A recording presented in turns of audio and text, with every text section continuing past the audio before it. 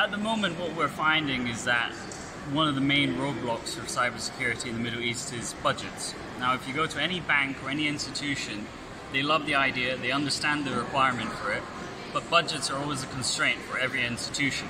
Now, this is despite the fact that banks are losing a lot of money, but it's the bureaucracy of actually allocating the budgets to such institutions and departments.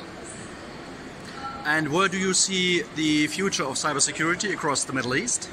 Of course, the future of cybersecurity in the Middle East is to be adopters of new technology rather than followers. Now, if you ask any Middle Eastern bank, they ask you, where in Europe is it? Where in America is it?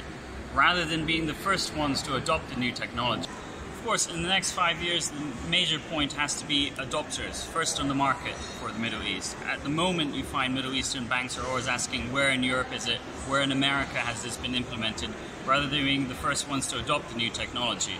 This actually hurts a lot of innovation in technology startups or fintech in the region that often has to be then subdued to competition.